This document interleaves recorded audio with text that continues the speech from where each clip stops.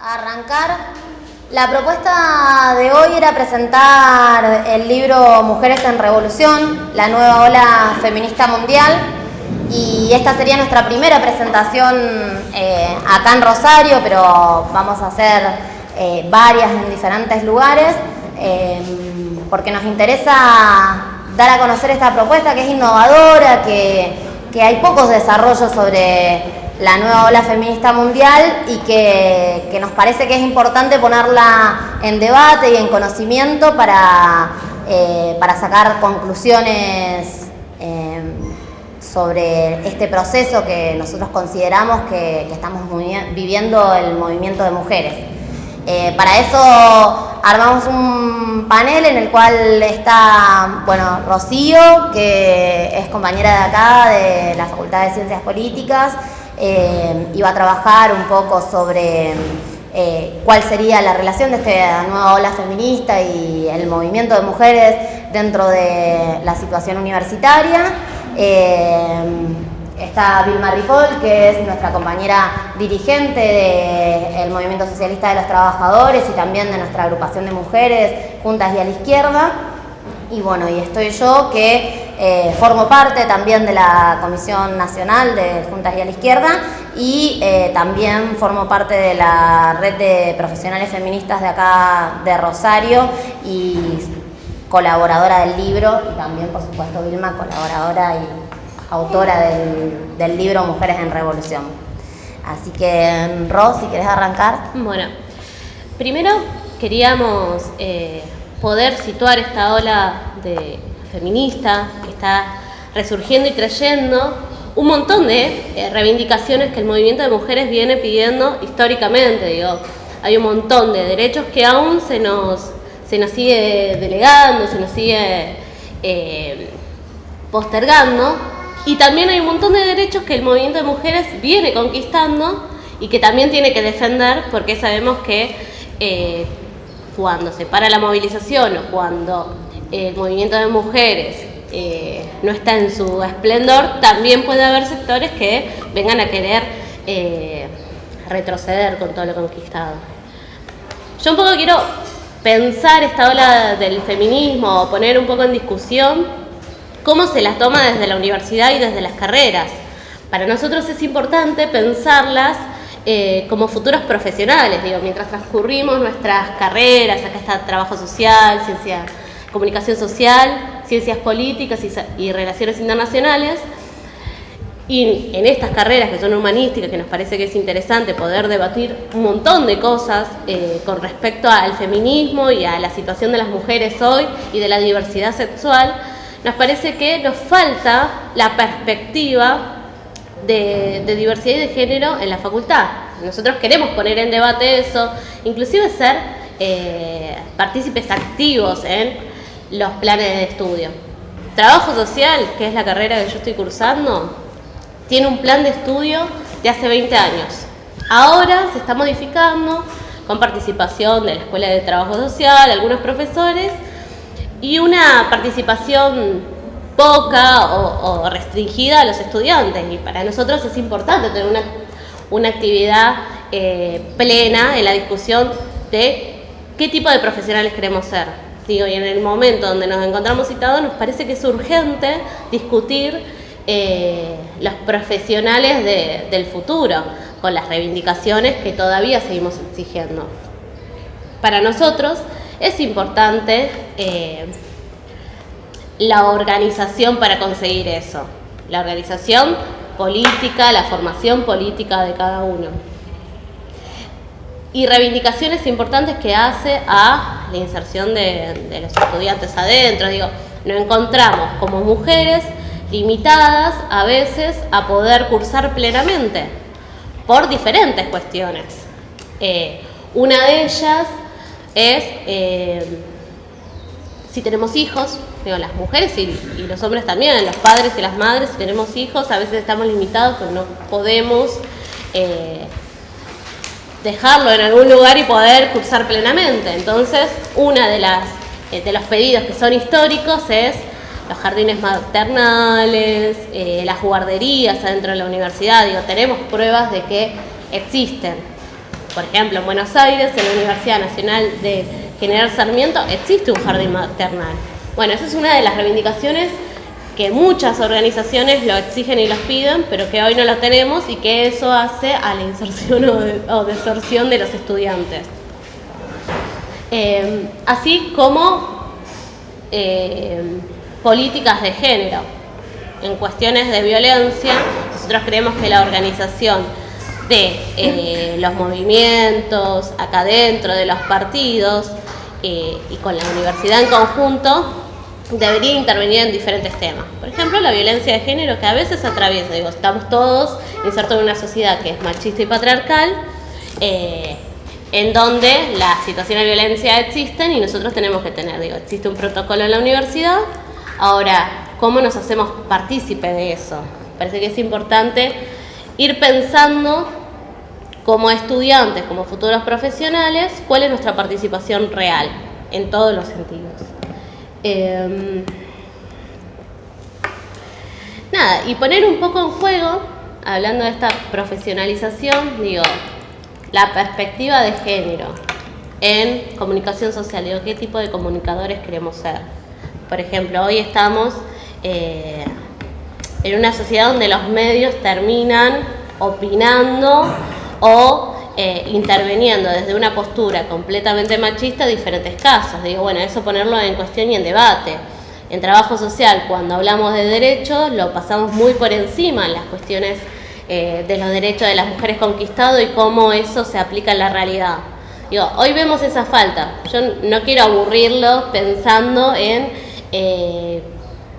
todas las necesidades que tenemos, pero sí me parece que es interesante empezar a planear diferentes estrategias para que el movimiento de mujeres adentro de la universidad pueda intervenir realmente en la realidad y que cuando nosotros salgamos como profesionales podamos también ejercer con una perspectiva feminista nuestra profesión.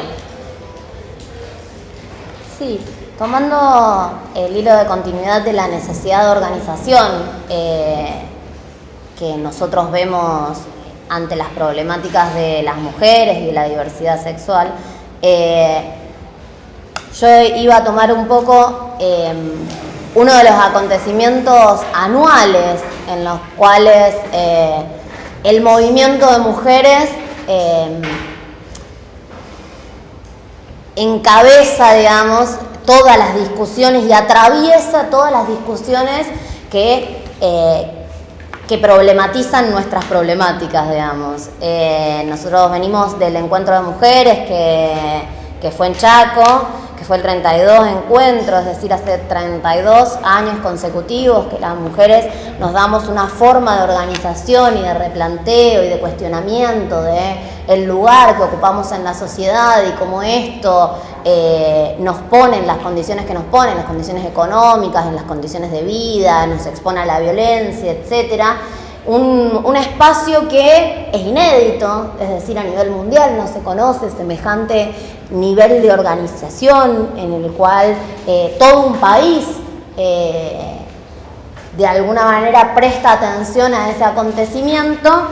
Y nosotros venimos de ese encuentro que particularmente esta vez fue en Chaco, en el cual nosotros tenemos algunas críticas hacia este encuentro. No como modo de organización, nos parece fundamental que las mujeres, que el movimiento de mujeres, que las feministas tengamos semejante espacio de discusión, semejante espacio de debate, semejante espacio de replanteo de todas nuestras vivencias, pero nos parece que producto de las claudicaciones propias de la dirección de ese espacio, cada año muestra de alguna manera este espacio las limitaciones que tiene. Y esto, brevemente, ¿en qué sentido? Imagínense la movilización de miles de mujeres hacia un lugar del país que van, que sacan conclusiones, que se cuestionan, que se deconstruyen y que después queda ahí, queda en la propia provincia. Ni hablar de que además hacemos una marcha monumental, gigante, que todos los años es una lucha de diversas organizaciones, fundamentalmente las organizaciones como la nuestra de izquierda, decir por qué lugares habría que pasar, porque no es que uno marcha porque marcha y vamos recorriendo la ciudad. No, las marchas tienen que tener un contenido, tienen que tener un objetivo. Y para nosotros siempre es fundamental, por ejemplo, pasar por la Iglesia Católica. ¿Por qué? Porque consideramos que es el principal ente, la principal institución que cercena todos nuestros derechos y los de la diversidad sexual. El principal ente instituido que viene todo el tiempo a ponernos trabas a las mujeres y a la diversidad sexual, y con una faceta, con una cara, con un discurso de derechos, en realidad va en contra de todos nuestros derechos, ¿no? El derecho a decidir libremente la sexualidad, el derecho a decidir libremente cuándo y cómo y con quién queremos tener hijos, etcétera. Entonces, siempre es una discusión ahí. Bueno, ¿por qué la marcha, gracias a esa dirección, que concretamente tiene mayoría el PCR, pero que abarca otros sectores, por qué siempre decide esquivarle a la catedral? ¿Por qué decide esquivarle a las casas de gobierno, que son esos sectores los que después votan las leyes, o no votan las leyes, o votan las leyes y no las presupuestan? Entonces, ¿qué objetivo tiene la marcha si nosotros damos una vuelta por la ciudad, pero no pasamos por los principales emblemas de el cercenamiento de los derechos de las mujeres y la diversidad sexual? Bueno, estas son las discusiones que nosotros nos damos en el encuentro, pero hay otra muy importante, que es que el Encuentro Nacional de Mujeres no es resolutivo. Y esa es una discusión eterna, no es resolutivo. Vamos, hablamos, sacamos conclusiones y después se leen en el acto de cierre. Pero no decimos cuál es el plan de lucha que vamos a tener, no decimos cuáles son la serie de consignas que nosotras necesitamos para salir de esto, porque está bárbaro el reconocimiento de estamos en un sistema machista y patriarcal y por ende tenemos que hacerle frente y por ende tenemos que salir de la violencia y ni una menos. Pero si nos quedamos en ni una menos y no decimos cuál es el plan que tenemos las mujeres para salir de la violencia, cuál es el plan de exigencia que tenemos a los gobiernos para salir de la violencia, bueno, si no tenemos este plan de lucha, volvemos a nuestras casas muy deconstruidas, pero poquito a poquito la sociedad nos vuelve a construir en ese machismo, igual poquito a poquito volvemos a agarrar todas las viejas mañas del patriarcado. Entonces, para nosotros es fundamental cuestionar este espacio. ¿Por qué? Porque lo queremos construir, no porque lo queremos destruir, porque lo queremos construir y queremos construir un espacio que sea una herramienta de lucha para las mujeres y la diversidad sexual. No queremos construir un espacio nada más de charla. Consideramos que tiene que ser un espacio organizativo, político, que resuelva y que nos permita realmente salir de estas situaciones que vivimos cotidianamente las mujeres y la diversidad sexual. Bueno, un poquito para hablar del encuentro de mujeres, como para meterlo ahí en la discusión, y parte de estos debates, parte de los debates que hemos ido teniendo dentro de los encuentros de mujeres, hemos sido siempre una de las corrientes más activas dentro del encuentro, por esto que decía, que es que nosotros queremos participar, queremos que queremos que sea un polo organizativo, no queremos que se destruya, sino que queremos que las mujeres tengamos este espacio. Parte de estos debates y parte de otros debates complejos sobre cuáles son las situaciones que atravesamos las mujeres, de alguna manera las condensamos en este libro que se llama Mujeres en Revolución, que es muy interesante ya desde el vamos, porque es producto de una acción colectiva que desarrollamos muchas de nosotras, compañeras de todo el país que conformamos la Comisión de Géneros y Diversidad del MST y formamos parte de juntas, compañeras de todo el país. Empezamos a escribir y empezamos a armar cuál era nuestra visión en un momento tan importante, tan cumbre para nosotros del movimiento de mujeres. Tan es así que nosotros le decimos que es una nueva ola feminista. Para aquellos que tienen alguna lectura sobre lo que es el feminismo, hay varias olas que están detalladas y nosotros decimos que esto podría ser una cuarta ola por la magnitud, por la importancia, por los cuestionamientos, por el carácter que tiene, al cual se va a referir Vilma. Bueno, eso, invitarles a que lo lean, es un material interesante, a debatirlo, todo está puesto en debate para poder seguir avanzando. Y a que lo compren. Y a que lo compren, por supuesto. No solo que lo lean y que lo compren. Bueno, no, gracias por estar y la verdad que lo hicimos 11 compañeras y un compañero de la diversidad y fue un poco, el material sintetiza la actividad de Juntas y a la Izquierda, que es nuestra organización de mujeres que estamos en todo el país y en cada uno de los lugares intervenimos en los procesos centrales que tienen que ver con las luchas de las mujeres, se den en el ámbito que se den, en el lugar y por la razón que en general, sí, muchas veces últimamente por el tema de la violencia de género y la muerte, para que metan preso a los femicidas y para que vayan con perpetua a la cárcel, que no es una tarea fácil. Tampoco es una tarea fácil que le pongan femicidio en la carátula por la cual los procesan y los llevan a la cárcel. Y entonces para nosotros el libro, como decía Rocío, trata de este proceso que no es solo argentino, sino que es, desde nuestro punto de vista, es mundial, y que esta ola feminista, que podemos coincidir en que sea cuarta o no, depende de cómo uno lleve la cuenta de las olas feministas, pero lo que queremos decir que para nosotros es una nueva ola. Que en el libro nosotros hicimos la reseña de más de 20 países, del proceso y de qué pasó, de qué se dio, cómo se dio, qué similitudes tienen entre un país y el otro, que es muy importante, y decimos también cuáles son las principales características de lo que nosotros llamamos esa nueva ola. Y entonces lo que encontramos de común es, por ejemplo, la masividad.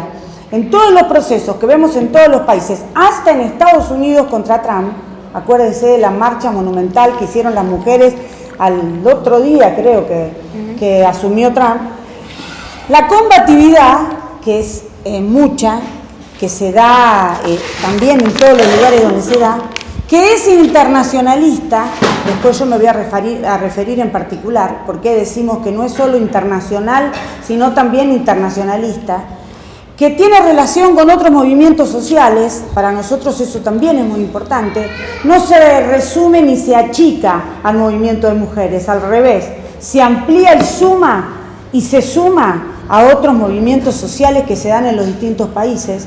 Yo le mostraba recién a ella lo que salió el domingo en el interior de Clarín. Salió un homenaje a Rojda Felat, la comandante kurda que dirigió la toma de Rak contra el ISIS. Tomó 23 ciudades al frente del ejército kurdo, tomó 23 ciudades y después llegó a la toma de Raqqa, que fue la toma final que llegó a la derrota del ISIS en esa zona. Y ella, por ejemplo, ¿cómo combina? Dice, la definición de ella es que es una combatiente que representa a la mujer libre, una combatiente que lucha por la libertad de la mujer. Y entonces después ella dice, nuestra voz los asusta, tienen miedo de que una mujer los mate, para ellos las mujeres deberían ser esclavas de los hombres.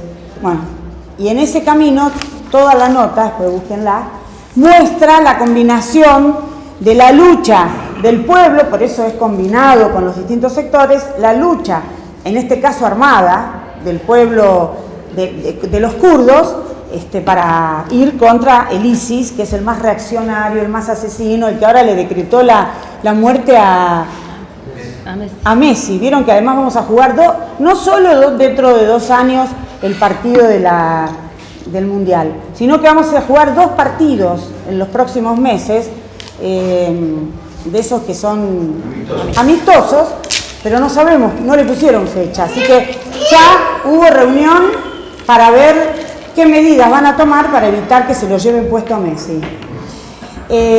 Lo otro importante es que estos procesos tienen una conciencia antisistema, y eso es un paso gigante del movimiento de mujeres, Y la verdad que se da en todos los países. Ninguno compra que es un problema que tiene que ver solo con la mujer y que tiene que ver con su elección y que tiene que ver... No, es el sistema el que es el responsable de la situación. Bueno, nosotros además tomamos distintas problemáticas que vemos en nuestro país, pero que también cruzan los otros países. Por ejemplo, la sexualidad y el modelo familiar, que es un tema que es un replanteo muy importante en este momento. La violencia de género, que sí los cruza a todos, porque en todos matan mujeres todos los días, de todas las edades y de todos los sectores sociales. El trabajo doméstico no remunerado, al cual yo también me voy a referir después, pero que es el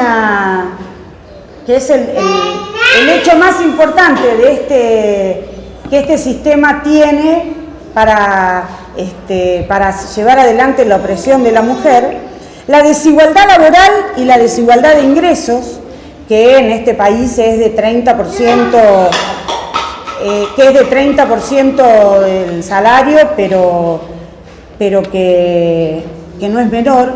El aborto, que es un tema, el derecho al aborto para nosotros, que es un tema que es una deuda de la democracia para con las mujeres, la estamos peleando desde toda la vida, pero además avanzan en otros derechos, pero ni piensan darnos el derecho al aborto, porque nosotros no apoyamos el aborto, apoyamos el derecho a decidir de las mujeres, o sea, el derecho al aborto.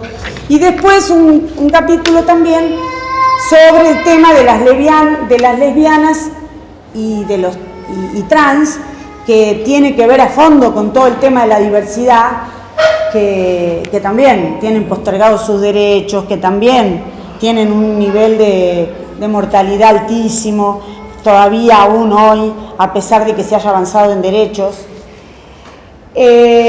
Hablamos sobre el rol de la Iglesia, sobre el rol de la Iglesia, sobre el tema de la prostitución, que muchos ligan al tema de la trata. Nosotros creemos que una cosa es la prostitución y otra cosa es la trata, y nuestro feminismo anticapitalista, porque tenemos una concepción feminista que es anticapitalista, y ahora también me voy a extender en ese tema. Tenemos un capítulo de todo el libro, de todos los debates últimos que se están dando dentro del feminismo, que nos parecen que es importante, porque cruza el feminismo un montón de debates, que uno no los termine de resolver en los encuentros y solo los abra en los talleres y después cada cual se va a su provincia y hace lo que puede. Nos parece que es terrible que se desaproveche esa oportunidad, pero nos parece que es importante avanzar en muchos debates del feminismo. Hay una serie de anexos que tiene el libro. Uno de ellos es los documentos que se han dado sobre el feminismo en Argentina, en Italia y en Estados Unidos, que son nuevos y que son importantes. Bueno, los tomamos y los reproducimos en el libro. Y un amicus que presentamos con nuestro compañero Alejandro Bodar y fuimos a la Corte Suprema a ser parte del debate, que no es poco, que es el contra la educación religiosa en Salta. Ustedes tienen que saber que en el país todavía hay educación religiosa en 3 provincias, Salta, Tucumán y Catamarca, donde en las escuelas públicas, sí, de verdad, o sea, llegan, rezan, bendicen la comida, todo lo que la iglesia tiene como hábito, pero además tienen horas de cursada de educación religiosa, con evaluación en particular, y el que dice que no es, entonces lo sacan al patio y lo dejan que haga lo que pueda. O sea, decir que uno no es católico en las escuelas de esa provincia tiene mucho costo para el pibe y para la familia. Y bueno, y estuvimos ahí en el debate y presentamos un amicus para participar del debate. Interesante que haya perdido el gobernador en la última elección, que haya quedado Urtubey, que es el gran baluarte de la Iglesia Católica y de todos sus hábitos dentro de... No nos alcanza con Urtubey, necesitamos más, pero fue muy importante el debate. ¿Por qué? Porque había un equipo de docentes que de verdad dieron la pelea y estaban más solas, que hayan venido a Buenos Aires y que hayamos ido un montón de organizaciones a fortalecer su pelea, como nos decían ahí, para ella fue una bocanada de oxígeno, porque las torturan en la provincia de una manera brutal, y en los lugares donde dan clase, imagínense cuál es.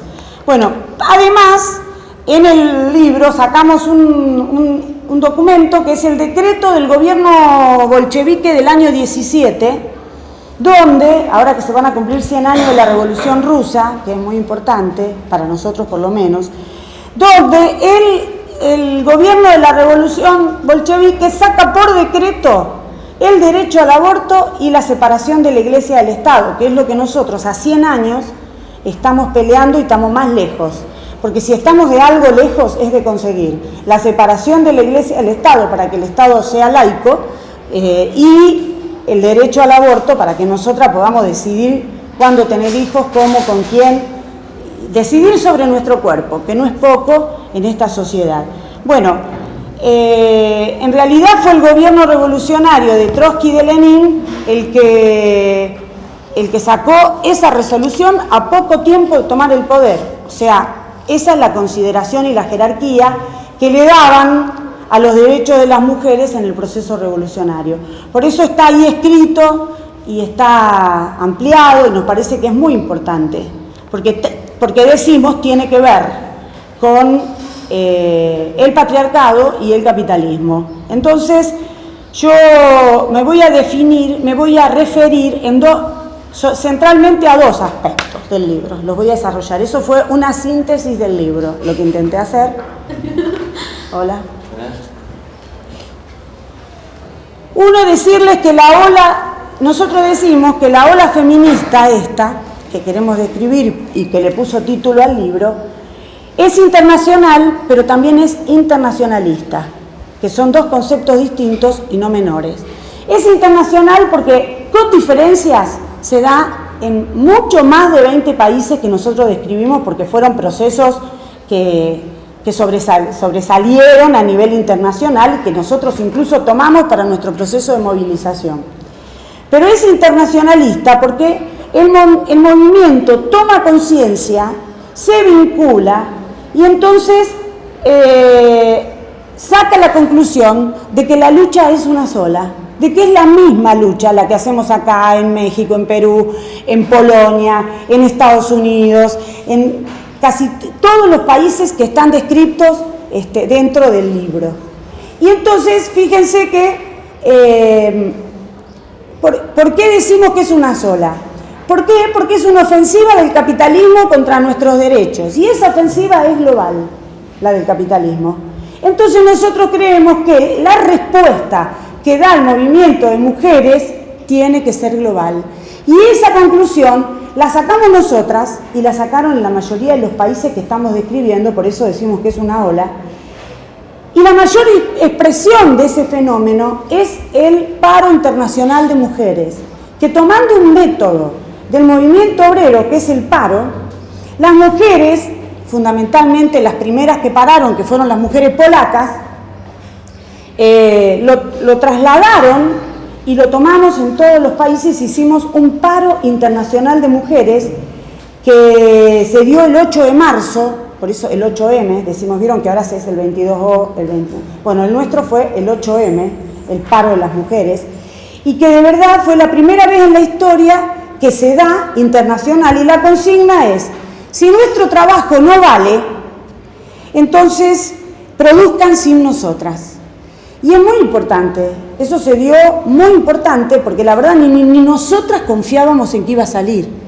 Todas decíamos, ustedes están de la nuca, cuando el colectivo Ni Una Menos dijo, hagámoslo, convoquemos a hacerlo, todo el mundo dijo, bueno, no va a salir un paro de mujeres, ¿cómo haces? Bueno, salió. ¿Y cómo hicimos? Cada cual se las rebuscó. Si estaba en un lugar de trabajo, cómo hacer para lograr lo más próximo que fuera un paro, aunque sea lograr una gran asamblea que demore mucho tiempo, en el cual se debata el tema de la necesidad de terminar con esta doble tarea que tenemos las mujeres, no remunerada y no reconocida, que es el trabajo del hogar.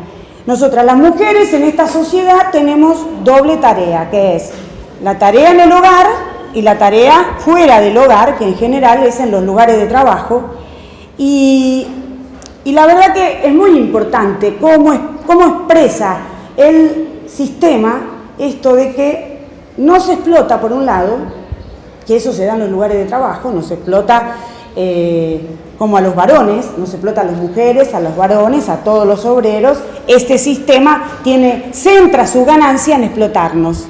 Entonces, eso es muy importante, pero este sistema, porque patriarcado hubo y opresión hubo en los sistemas anteriores, también hubo en el, ¿cómo se llamaba? Feudalismo. En el feudalismo. En el feudalismo.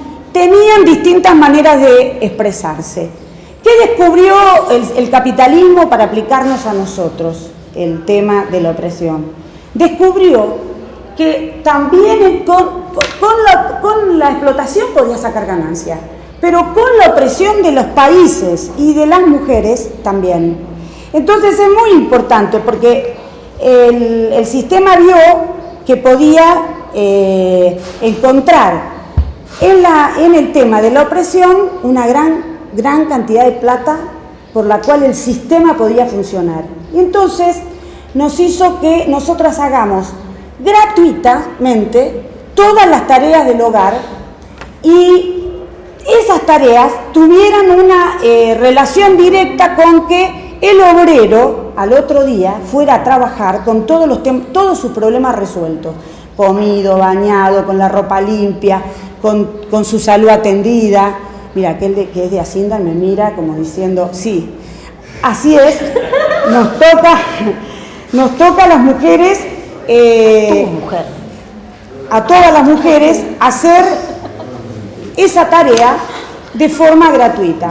El promedio de horas que las mujeres, que nos lleva a las mujeres a hacer esa tarea gratuita, no remunerada y no reconocida, que es la tarea del hogar, es de 4 horas por día.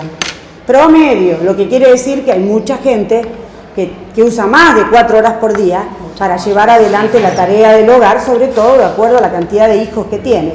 Y que a las mujeres nos toca hacer esa tarea para el obrero de hoy, para que el capitalista tenga el obrero de hoy y tenga el obrero de mañana, que es tener y atender a nuestros hijos.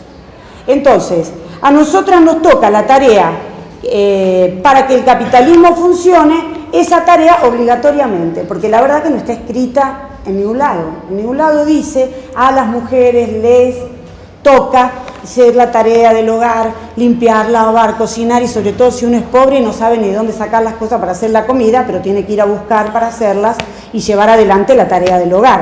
Bien, eso alguien lo midió. Se hizo una medición a nivel nacional de cuánto es el costo del beneficio económico que recibe el sistema capitalista por esa tarea no remunerada que hacemos las mujeres durante toda la vida. Y el resultado dio que es entre el 30 y el 35% del Producto Bruto Interno. Entonces, calculen que si el Producto Bruto Interno del país, ¿qué es el Producto Bruto Interno? Es todo lo que el país produce, todo, minería, petróleo, industria, campo, todo, lo que todo el país produce. Las mujeres producimos entre el 25 y el 30, algunos dicen el 35% del total. El total del Producto Bruto es alrededor de 400, argentino, es de 450 millones de dólares por año. Entonces, lo que nosotras no nos pagan es alrededor de 150, saquen la cuenta, 180 millones de dólares por año. El capitalismo, porque adivinen quién se apropia de eso que no nos pagan, el sistema capitalista. Es decir, nosotros nos tendrían que pagar como nos pagan asignación universal por hijo, por esposa, que cada vez lo recortan más, Bueno, tendrían que pagarnos un rubro por esa tarea que hacemos no remunerada. Sin embargo, el sistema se apropia de esa cantidad de millones de dólares por año, y si no se lo apropiara, no sería viable el sistema. Necesitan que nosotras hagamos esa tarea y que no nos la paguen para viabilizar el funcionamiento del sistema en cada país. ¿Me expliqué hasta ahí? El capitalismo se lo apropian los capitalistas, por supuesto. En cada uno de los lugares se lo apropian, pero se lo apropia el sistema, y gracias a eso funciona. Porque si nosotras hiciéramos presión para cobrar esa plata de tarea que hacemos gratis, no sería viable el sistema. Lo necesita para ser viable. Eso tiene para nosotras muchas consecuencias.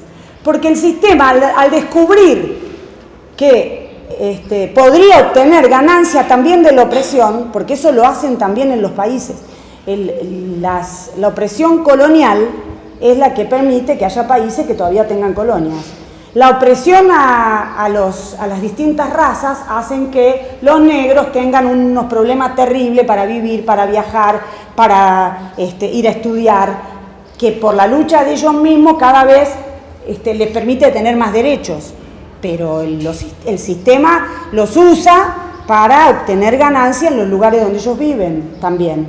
Lo que pasa es que la opresión que da más ganancia es la opresión de la mujer, porque la mayoría de la población mundial somos mujeres. Entonces, lo que les garantiza la mayor ganancia al sistema es la opresión de las mujeres por ser la mayoría de la humanidad. Entonces, para eso, el sistema sacó la conclusión, bueno, además lo hacen con una ideología que todas compramos, que es que a nosotras nos toca hacer la tarea del hogar por amor.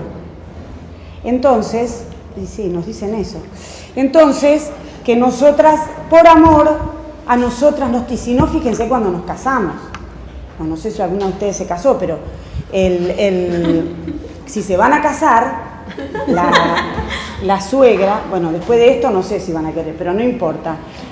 Pero esto es la sociedad, no lo tenemos que pensar en relación a nosotras, lo tenemos que pensar en relación a la sociedad. Cuando alguien se va a casar, la suegra y todos, lo primero que les preguntan no es de qué van a vivir, dónde van a vivir, sino para cuándo, ¿no? Van a tener los hijos. Bien, el sistema justamente lo que hace es toda esa ideología, porque nos da a las mujeres ese rol que nosotras decimos que es el rol de reproducir y el rol de cuidadora. Reproducir y cuidadora. ¿Cómo reproduce el sistema los obreros del futuro? Porque si no, cuando se hacen viejos, nuestros actuales maridos, novios, parejas que nosotros ahora cuidamos, se termina la cantidad de obreros y se cae el sistema capitalista. Necesitan que alguien reproduzca los obreros. Y entonces por eso nos dan a las mujeres esa tarea, la de reproducir. Y nosotras, el sistema y la sociedad, que es la que reproduce este sistema, nos dice que tenemos que tener hijos. ¿Por qué? Porque ellos necesitan que tengamos una nueva camada de obreros para ir a trabajar después, y a nosotras nos dieron. ¿Por qué hicieron eso? Porque nosotras somos las que tenemos hijos. Entonces, a las mujeres que somos por un tema biológico, que es que tenemos los hijos, nos dieron esa discriminación social, que es que los tenemos que tener para reproducir los obreros.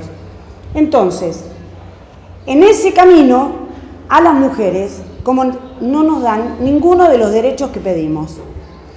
Nosotros le pedimos derecho a la educación sexual integral, que se llama ESI, ahora en las escuelas, no hay, hasta la ley de ESI hay, pero no se da, no nos dan la educación sexual para decidir en las escuelas.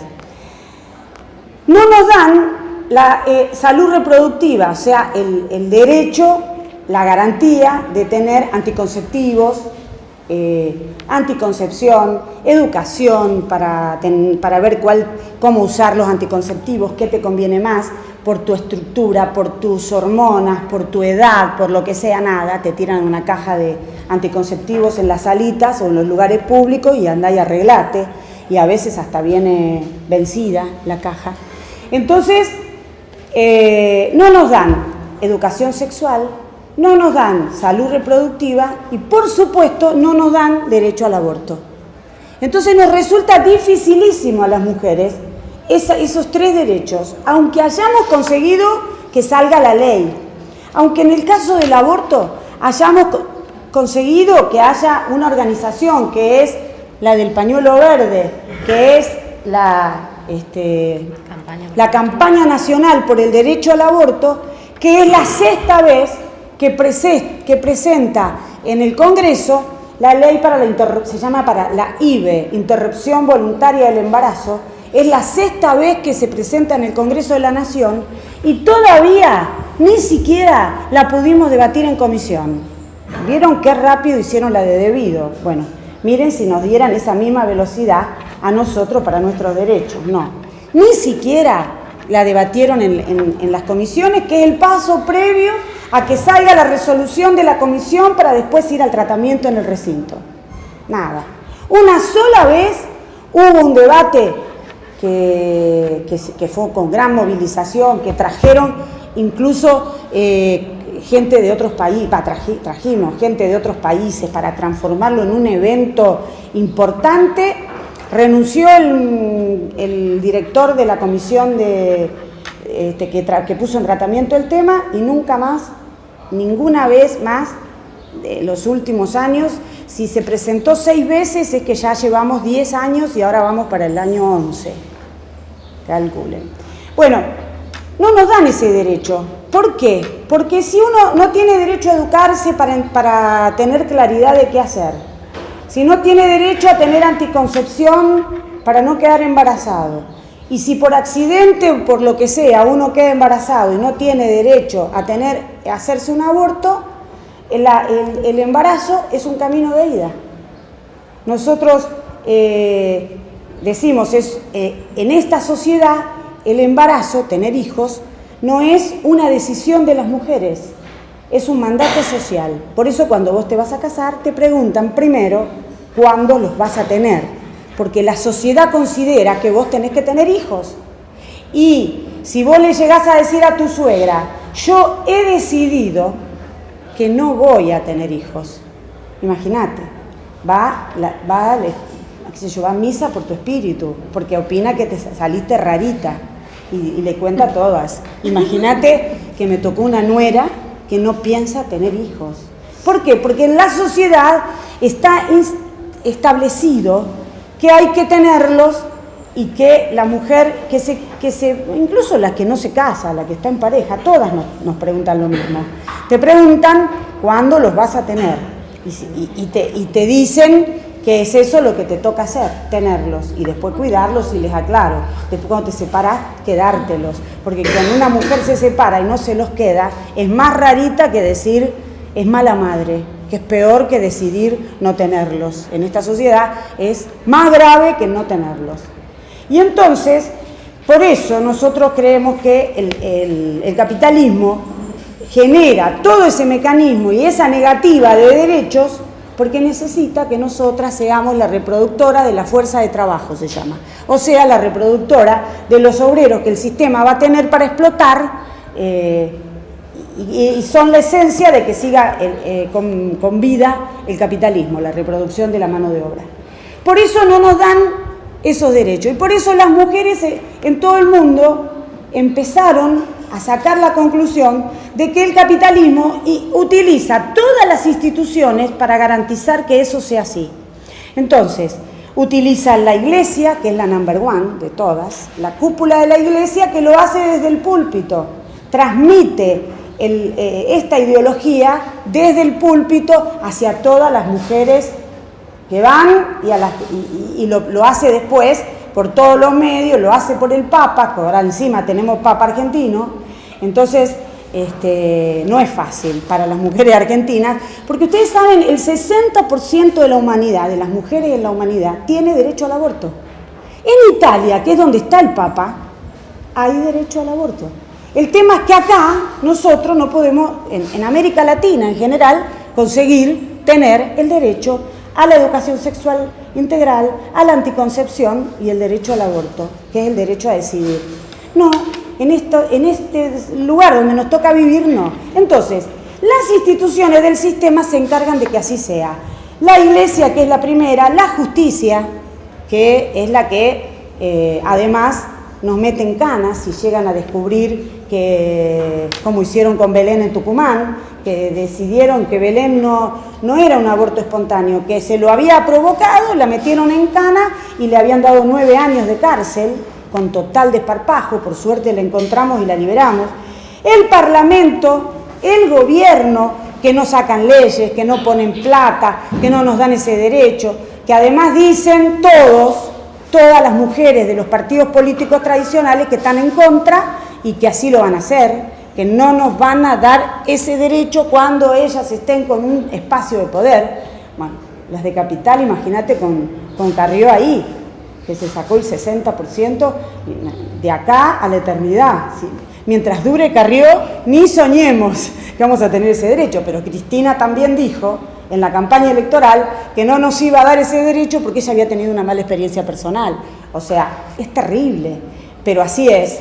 Imagínense que la vicepresidenta tampoco, Michetti, ninguna, están todas en contra del aborto. Entonces, como ella, Vidal tampoco. Vidal menos, y no solo eso, Vidal, les aclaro, Vidal en la provincia de Buenos Aires, que es donde se concentra el 40% de las mujeres del país, no solo que nos niega el derecho al aborto, sino que es más grave, porque habíamos logrado, vieron que se logró que haya un fallo de la Corte Suprema que dice que cuando hay una violación, que es el famoso fallo de la Corte Suprema, que dice que cuando hay una violación está habilitado el derecho al aborto. Para eso, para que eso se lleve adelante y en los hospitales públicos y que sea gratuito, seguro, como nosotras todas reclamamos, nosotros y nosotras todas reclamamos, era necesario que hubiera un protocolo. ¿Qué es un protocolo? Es una serie de normas que tienen que seguir y estar preestablecidos en los hospitales públicos para que si llega a venir una mujer y dice fui violada, estén ya descriptos y habilitados los pasos que hay que seguir para que se haga. Porque si no, la Corte da el fallo, dicta el fallo, y cuando vas al hospital te dicen no, acá no sabemos cómo se hace. Y lo que es más grave, en algunos lugares nos pasó en el Hospital San Martín de la Plata, te hacen objeción de conciencia institucional. ¿Que cómo es? Empieza un médico y dice yo declaro objeción de conciencia, o sea, no comparto, no creo en eso, no comparto eso, no lo hago. El jefe de gineco, van a obstetricia, el jefe de obstetricia, no, yo también no comparto eso, no lo hago. El jefe de clínica, no, yo también. El director del hospital, no, nosotros no. Entonces, eso es objeción de conciencia institucional. Eso les permite hacer que no esté el protocolo habilitando que se pueda hacer. Bueno, ¿qué hizo Vidal? Había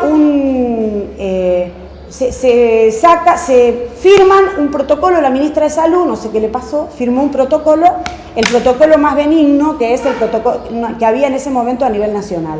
Lo firman porque el que tenía antes Scioli era de terror. Entonces ellos dan un paso y lo firman. Cuando lo tienen que publicar, el tipo que estaba al frente de la Secretaría que publica en el boletín oficial se niega a publicarlo. Entonces, por más que vos lo hayas conseguido, si no se publica en el boletín oficial no existe. Bueno, a ese tipo después de premio lo nombró procurador, o sea, el jefe de todos los fiscales, los de género y los que no son de género, todos. O sea que ahora tenemos un tipo que se negó a publicar y a darnos ese derecho después de que lo había puesto la ministra de Salud, lo había habilitado, lo tienen ahora dirigiendo todas las fiscalías, que es a donde nos toca ir cuando hay problemas de género. O sea que tenemos inhabilitado todo en la provincia de Buenos Aires. No solo el derecho al aborto, sino del aborto no punible, que se llama el aborto por violación, por enfermedad con riesgo de vida para la madre. Ninguno, ni se les ocurra, se llama el titular de Vidal en la provincia de Buenos Aires, o sea que va a ser una pelea durísima. Bueno, por eso a nosotros nos parece que es muy importante organizarnos, tomar y tener conciencia de que el derecho al aborto, todos los derechos están íntimamente ligados al capitalismo, que ha decidido que si nos oprime, obtiene ganancia con la opresión y obtiene ganancia también con la explotación. Por eso nosotros decimos que el capitalismo y el patriarcado son una sola cosa. El capitalismo, que es el sistema que nos lleva todo ese circuito que les acabo de relatar, utiliza al patriarcado para todo este funcionamiento que lo sostiene como sistema. Entonces, las mujeres sacaron en todo el mundo la conclusión que si uno enfrenta, que si uno le toca a cualquiera de las instituciones del sistema que se ponen en contra de su derecho, tiene que pelear contra el sistema para derrotar esas instituciones, para poder avanzar en sus derechos. Esa conclusión, que nosotros le decimos por eso que lo personal es político, es una conclusión que sacaron todas las mujeres en todos los países donde salen a pelear. Entonces es muy importante, porque entonces, para terminar con la opresión machista, nosotros decimos, pero muchas mujeres ya avanzaron en esa conclusión, para terminar con la opresión machista que no nos da derechos, tenemos que terminar con el sistema capitalista. Por eso a veces cuando las chicas cantan el patriarcado y que el patriarcado se va a caer, no sé si alguna vio en esas marchas que cantan eso. Nosotros siempre les decimos que la lucha para que caiga el patriarcado es contra el sistema. Que el capitalismo y el patriarcado van a caer de la mano, si no, no van a caer. No va a caer el patriarcado si no cae el sistema capitalista, que es el que sostiene y origina el patriarcado. Y esa lucha, que es política, como la lucha es política, necesita que nosotros demos la pelea política en el terreno del sistema para todo, para los derechos, para el patriarcado, para la opresión, para la explotación y para poder avanzar nosotras como mujeres. Y eso para nosotros se da haciendo un partido político, porque la pelea es política. Y por eso nosotras hacemos un partido político y por eso hacemos también una organización de mujeres que es Juntas hacia la Izquierda, donde nucleamos compañeras que no son parte de nuestro partido, sino que están empezando a ver la necesidad de organizarse para dar la pelea en el camino de ir a dar la pelea política de fondo, que es la pelea contra este sistema que es el que sostiene el capitalismo. Porque fíjense, la Iglesia, que nosotros les decimos que desde el púlpito hace todo eso, la Iglesia hace toda la ideología, sostiene la ideología, y el Estado le paga para que haga esa tarea. Nosotros todos pagamos a los curas, a los obispos, a los arzobispos, a los seminaristas, a todos ellos les pagamos, y a la educación religiosa, subsidios. Este año 33.000 millones de pesos de subsidios para sostener todo el funcionamiento de la Iglesia Católica. Entonces, a cambio de sostenerse a sí misma la Iglesia, le hace la tarea al sistema. Entonces inventa el pecado, y que si nosotras hacemos lo que hacemos es pecado, y que si nosotras queremos tener derecho a decidir qué hacer sobre un embarazo, somos asesinas, y que si no nos perdona ni Dios, y todo eso. Pero eso se transmite todos los días, lo transmiten los medios de comunicación, lo transmite la Iglesia del púlpito, lo transmite la escuela, por eso quieren sostener la escuela religiosa en todos esos lugares, y para nosotros es una pelea global, que es pelear contra todo el sistema, contra todas las instituciones del sistema, que son las que transmiten y las que nos ejecutan después a nosotras, hasta meternos presas a nosotras, en lugar de meter preso a los femicidas, en lugar de meter preso a los gobiernos que no nos dan el derecho. Bueno, Por eso para nosotros es una pelea global. Y ese es el debate que queremos transmitir desde el libro, todos los ángulos de este debate, pero centralmente, todos los ángulos, incluido el de la Iglesia, que no es poco porque la Iglesia le impone a los gobiernos, y los gobiernos compran. Imagínense ahora, todos van a ver al Papa y ahora están diciéndole por favor que venga el Papa. Y nosotras lo que más necesitamos para nuestros derechos es que termine viniendo el Papa. Si ya con Carrió, con el 50% en capital, con Michetti, con Vidal y todo eso, vamos a tener los problemas que tenemos que enfrentar, lo que falta es que venga el Papa. Independientemente de que cada uno crea lo que quiera, porque nosotros apoyamos la libertad de creencias, la verdad que lo que decimos es que cada cual se pague su cura. Porque le niegan plata a los docentes, nos niegan la plata para aplicar las leyes que están. La ley de violencia de género no se aplica porque no tienen plata. Entonces, ¿nosotros qué decimos? Dejen de pagarle subsidios a la Iglesia, que cada cual sostenga su creencia, que tenga, porque a las otras religiones no le dan a la Iglesia Católica muchos millones de pesos. Y la Iglesia le hace el favor completo. Bueno, nosotros decimos basta de sostener a la Iglesia, basta, nosotros necesitamos plata para el derecho al aborto, plata para el derecho, para la ley de violencia de género, plata para que se pueda capacitar para la educación sexual integral con orientación de género, que es la ESI que nosotros reivindicamos, y plata para el derecho de las mujeres a poder vivir, la que decide incluso tener su hijo, que el Estado le sostenga dónde tenerlo, cómo tenerlo, qué darle de comer y dónde vivir. Porque el Estado que dice que hay que tenerlo, favorece que estén los pibes en la calle y que estén abandonados y que estén en las condiciones que todos vemos todos los días, porque no se encarga de nada, ni siquiera de facilitar la adopción. Bueno, nada más.